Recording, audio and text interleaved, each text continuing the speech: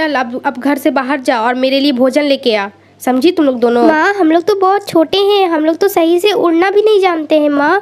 फिर हम लोग कैसे जाएंगे दूसरे जंगल पे और कैसे भोजन लेके आएंगे माँ? जल्दी जाओ, मुझे कोई बहाना नहीं चाहिए तुम लोग का, नहीं तो मैं मार मार के तुम्हारे पंख तोड़ दूंगी, समझी तुम लोग दोनों। फिर डर से दोनों पक्षी भोजन के तलाश में निकल जाते हैं। फिर दोनों पक्षी को रास्ते में एक सुझाव आता है। सोनी बहन ये माँ तो बहुत गंदी है, हम लोग को तो कुछ ना कुछ करना ही होगा। सोनी रोए जा रही थी, अपनी बहन का बात का कुछ भी जवाब नहीं दे रही थी। फिर लाली का आवाज कौवा के पास सुनाई देता है। फिर कौवा वहाँ पर आ जाता है और कहता है, क्या हुआ मेरे बच्चे, क्यों रो रहे हो तुम लोग? बताओ मेरे बच्चे। मेरी माँ सौतेली है, वो आज ही शादी करके आई है और मेरे पिताजी विदेश गए हुए हैं।